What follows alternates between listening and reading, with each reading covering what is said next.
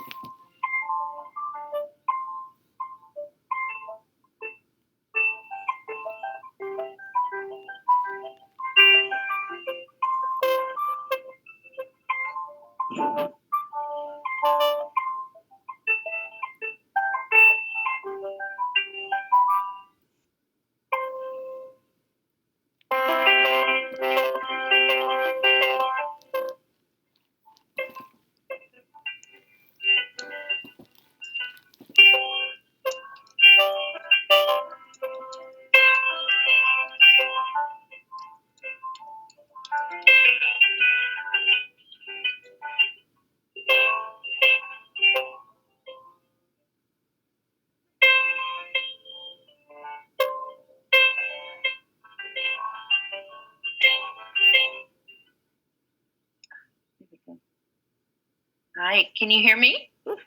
It's a little closer.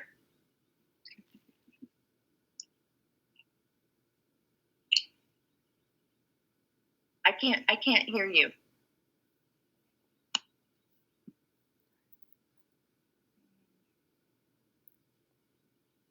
One second, Monica. Okay.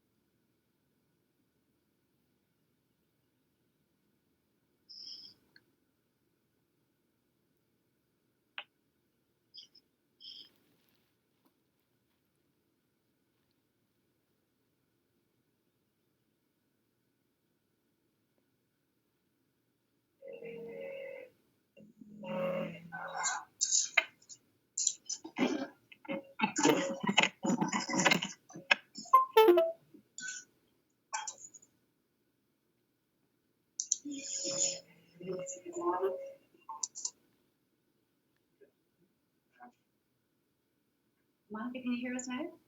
Yes. Yes. We've got you.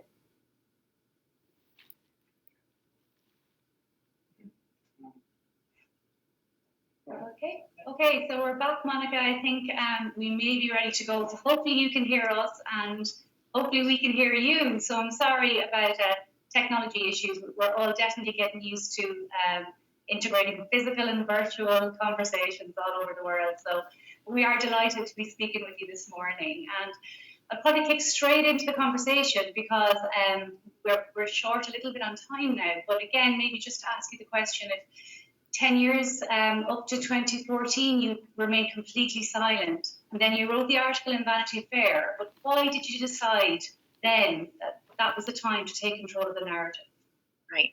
Well, after the investigation and scandal had ended in 2000, I spent quite a long time trying to really kind of find a way forward.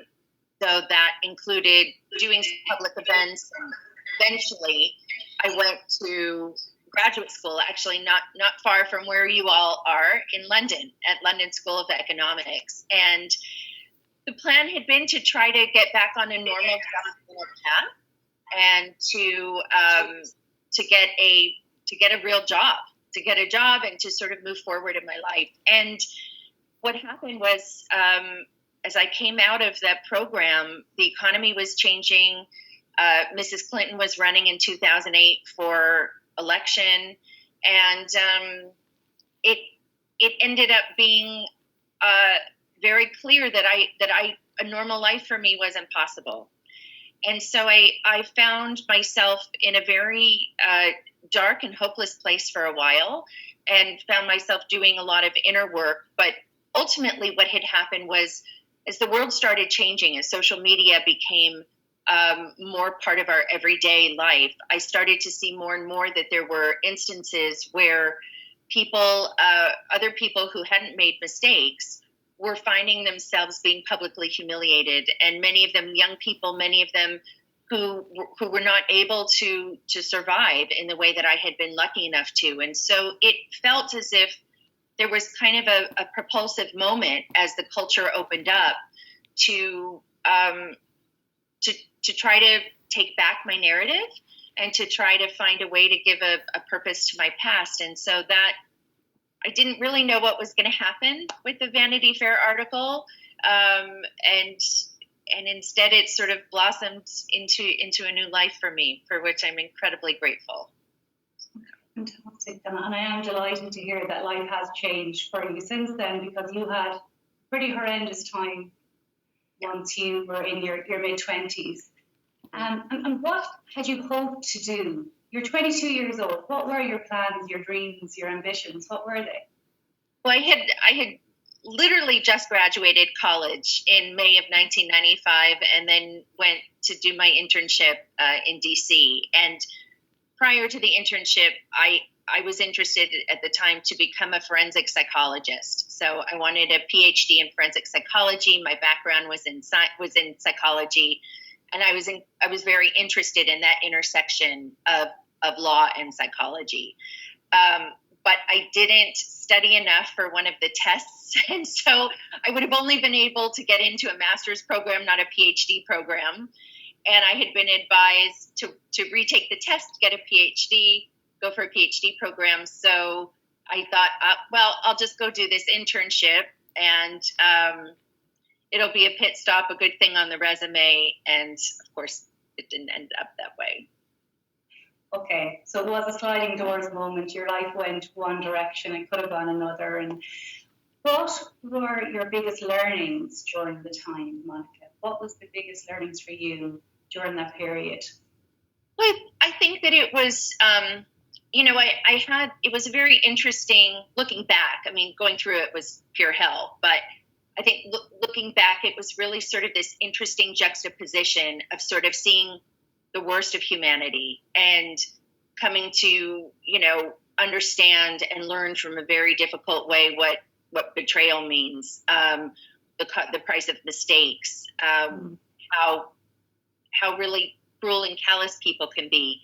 And at the same time, I came to understand that family is invaluable. You can't get by without people who know you and love you and support you. And that there is a well of strength in us that we could never imagine. And and so I think that there's, in that way, and that you can, I think ultimately that you can survive anything. Yeah. And I know you've spoken previously, and in the Vanity Fair article, that people let you down, and women let you down, unfortunately. Do you think that's changed? I do think, I think that women, I think that as we have been able to find our voices more, which has been one of the good things about social media, I think that we have gotten better about using our voices to support other women. But I do still think that there are a number of ways in the culture that we still have progress to make. How's that? That's very politically put, very well put. The MeToo movement, do you think that has changed who we are and how we behave in general, not just women, but men and women? I think it's been probably one of the biggest cultural shifts in my lifetime so far. And it's been very fascinating to see what it took to get momentum to push the pendulum, and to see what it's looking like as the pendulum swings far in the other direction. And we start to think, okay, is this where it should land? Does it need to sort of come back in a bit more? So I think, it's important for behavior to change.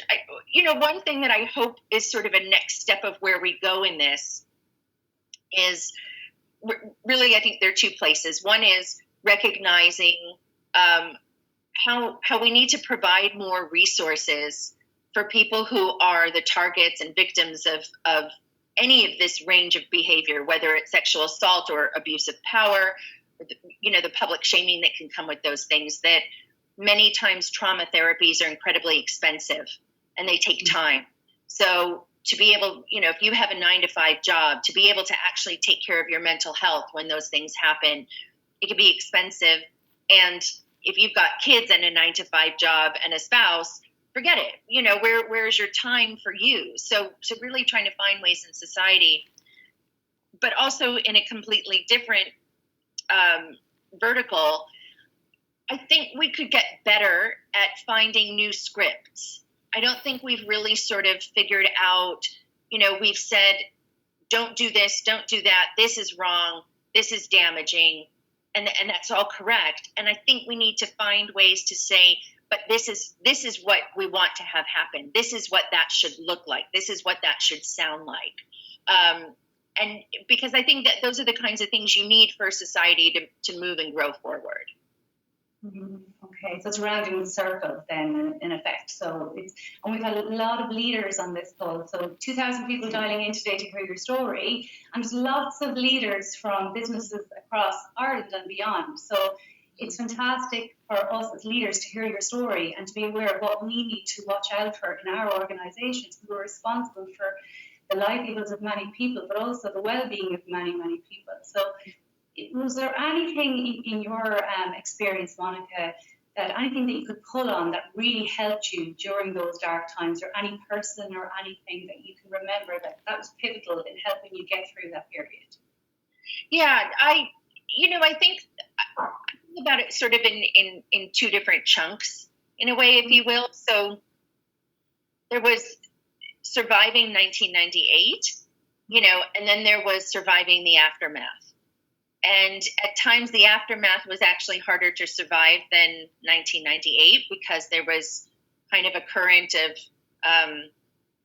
anxiety and adrenaline that pushed through 1998. And really at that time, I wouldn't have been able to survive without my family. So, I mean, I'm incredibly lucky. They could be very annoying, don't get me wrong, but I think my family, and then eventually when I was able to talk to my friends coming back into my life as well. So people who were able to continually kind of moor me to who my true self was and reflect back to me, this version of Monica Lewinsky that had been created by the press and politics, that Monica Lewinsky is not real. That's not who you are. And to even I have a younger brother who's 4.5 years younger, and he had said to me at one point, to the rest of the world, you might be Monica Lewinsky, but to us, you're still just Monka, which is my family nickname. So I think that in that way, that kind of that support was invaluable. I also survived on eating a lot of peanut M&Ms, so that also was a big stressor. But in the aftermath, it was not only my family, my friends, but that really was a period where I started to do so much more personal work. And in particular, I've worked with someone for the past 13 years now, really on a consciousness and spiritual and energetic level. And I think that kind of healing work just changed me, changed my life. And in terms of my public work and role, I had a session one time where I was really trying to unpack, how do I move forward? What is it that I want to be doing, or how do I want to make a difference? And I had this image come to mind that was it was a very unusual image because it's sort of one that it's very iconic that we all know, but is normally associated with death and destruction. And that was that image of the atomic bomb test at Bikini Atoll that, it's sort of the swaying palm trees and the ocean and the big mushroom cloud from the test. But in this session, it was the image was appearing differently, and it meant something different to me because it was tinted in green, and sort of handwritten in the mushroom cloud was the word compassion. So, as I thought about that for a long time, kind of like, what does this mean? Why is this happening? What does this mean? I realized that it was a metaphor in many ways for what I wanted my journey to be, that I sort of found myself in this iconic role or archetypical role, really. And that when people could find a modicum of compassion for what happened to me, that compassion would radiate like the mushroom cloud, from the bomb. And that's really sort of been this guiding principle for me in everything I've done, and hope to continue to do. Okay, brilliant. And you definitely have a strong sense of forgiveness, Monica, because you've gone through such an amount in your life. So compassion and forgiveness is absolutely, obviously, running through you. But have you changed as a person ultimately? Is Monica Lewinsky today the same as that 22-year-old? Or have you changed ultimately because of the experience, do you think? I think, it's funny, like next week I'm going to see my best friend from college. And so, I think that the people who've known me for a long time, pre-1998, would say, like, at my core, my soul is still the same. I'm still the same person in many ways, but I've matured and evolved a lot. So I think I still have the same sense of humor. I'm still overly sensitive. So, but I think it's changed the course of my life, but it hasn't changed who I always was and who I am in that way. So I'm lucky. You are lucky to have that strong sense of self, because it is hard to sometimes keep that throughout your life, let alone a life that is yours, and it has been quite a difficult one. But looking back now, what advice would you give your 22-year-old self now knowing everything you know and got life experience behind you? Yeah. I think that would be the first. Don't go to the internship. But I think that they're really at the very core, for my part, because all the other players have their own responsibilities as well, right? And their own decisions they made. But I think for me, if I had a better understanding, and I'm not sure the world was there yet either, but I think if I had a better understanding of how much trauma had come before for me in my life, and how things that were happening in my life were a reflection of those traumas that really needed serious attention, I might have been in a different place where I wouldn't have like energetically attracted that kind of a situation, and I wouldn't have even been open to it. It wouldn't have even interested me. I think then there's that other level of I was not the homecoming queen in high school. I was like the friend of the homecoming queen. And, when the homecoming king kind of like asks you to dance, it's like, what, me? My turn? What? So I think there probably still would have been some level of that. But I and also too, I think just my mom is very positive and bordering on Pollyanna-ish, and but she would always say, it's going to get better, don't worry, you'll see, it'll get better, and I think that thankfully, touch wood, has been true. So I'm very grateful. Right. When this happened to you in your 20s, it was quite confined because social media didn't exist really at that stage. So how do you think that would be different today? So if somebody finds themselves in this situation in today's world, we've got to contend with the social media platforms of this world. How do you think it would be different, or would it be different? Well, I think there's, there was the big step in that the internet, we did have the internet, right? Mm-hmm. So, gone was sort of the adage of today's news is tomorrow's fish paper, because now today's news lives forever and you can find it when you want. But the advent of social media has absolutely, changed the landscape of our lives online. And I think where it would be better is that social media is sort of, even though it may be curated, it doesn't allow you to present yourself.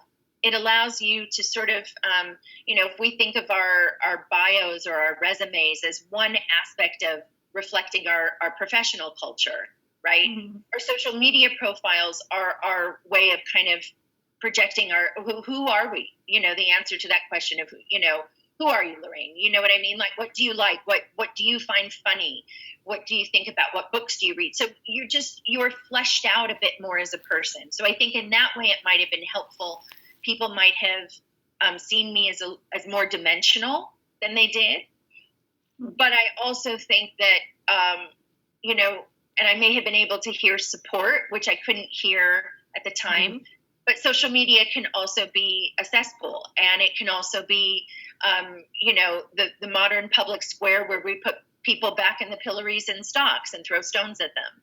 So mm-hmm. there's, I think in that sense that it is, so that's sort of with social media being different. But I also, I think in other ways that we have found our collective voices in a louder way, which can be support for someone. But I don't know that we've changed as much as we all think we have.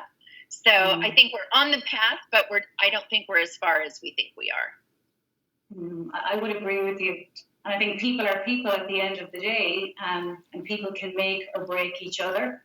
And we all have a path that we're on. And I do think, you are such a strong lady, and you're actually so humble and so honest and so sincere. So the path that you've come on is obviously carved who you are today, but also I think you probably had that to start with as well, a strong sense of self that has stood you so well in the last 20 odd years. But what's next for you, Monica? What's the plans?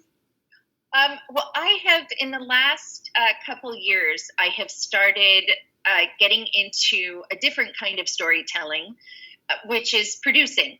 So I'm really interested in trying to find ways to use my lens, which has been shaped by these very unique experiences, to tell other kinds of stories.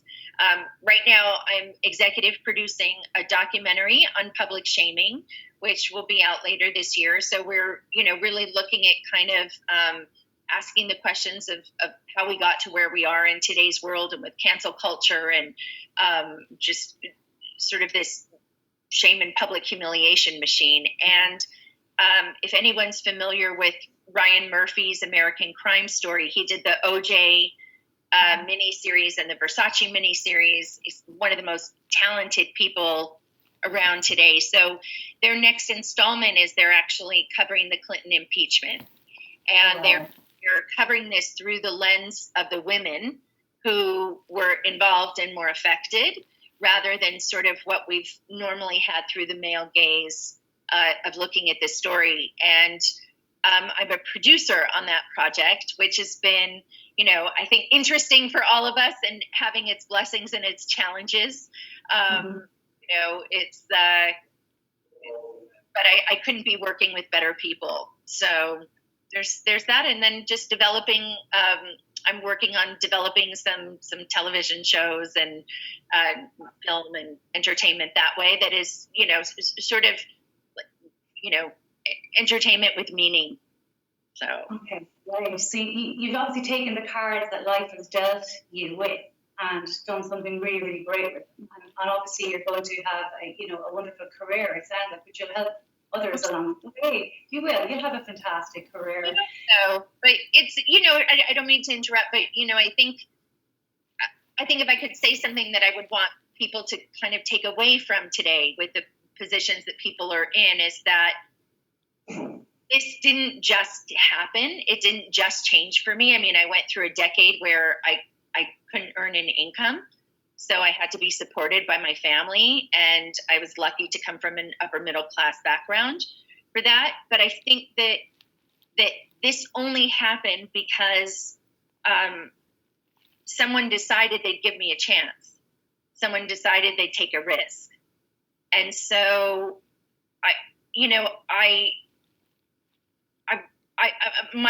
and that person was Graydon Carter, who was then editor of Vanity Fair magazine. And he said, okay, you can write a first person essay, which meant I was coming to the world on my own terms instead of being seen through the lens of an interview. Even if it had been positive and flattering, it still would have been through someone else's lens. And so I think that there are ways that we can all be that person for someone else. That there are different ways. It doesn't necessarily have to be such a public decision or having been such a public scandal, but everybody goes through something. And to really think about how can you be the person who helps change someone else's life in a really positive way. So. Okay. And that is fantastic, because I think often we do these interviews and you see interviews on the television and you see a person speaking about their life experience, but it's just a person. And there is still that wall of reality there. But what's really clear for me from speaking to you today and over the past week is that you are a very, very real person. And I think that anybody listening today and listening to your story really need to consider that, real things happen to real people. And we all have a responsibility to impact positive, real change, but be really mindful of the impact of the negative change that is around us and the negative change that we also can impact ourselves. So thank you for sharing your story with us. I'm really mindful of your time, and I know Connor is going to wrap up, but it's been a pleasure, Monica. Thank you sincerely. So much. Thank you.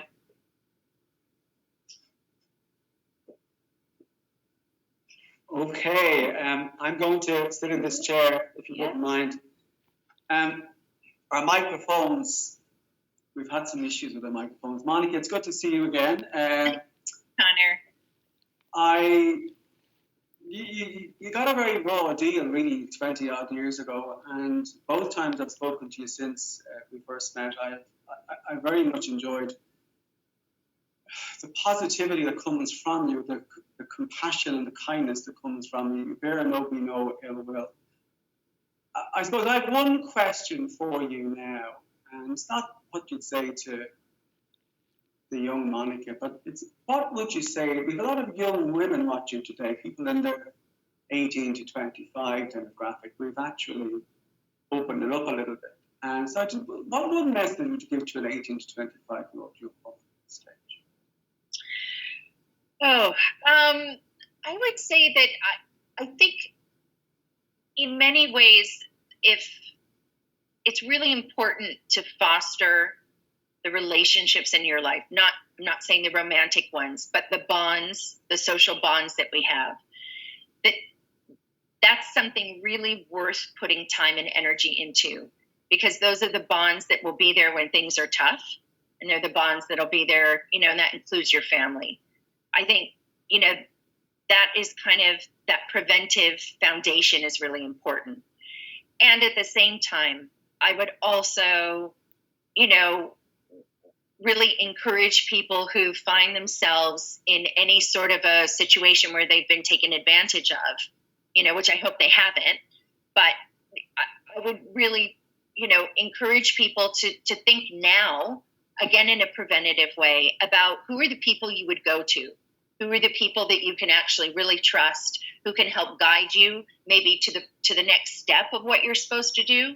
That's something which is really important. And lastly, to be very, to be open to the kind of personal work on yourself, that's sort of a, not that you've done anything wrong, but that things happen to us and they get stuck and they create trauma and they affect how we see and think and the choices we make in our world. And we don't have enough of the conversations around mental health to really just say, this is okay to do, and doing a small amount of work now, the closer it is to something happens or when you recognize it, can make a world of difference down the line. Thank you for that. Thank you very much for that. Okay. What remains me to do is to thank our interviewer, Lorraine, off camera to my right. to thank you, Monica, for speaking today. I found it so helpful and useful. Thanks for having me. Thanks for getting up so early to do it. Thank you, members and guests, for showing up today. We do appreciate your feedback. We do hope you can make it to another event soon.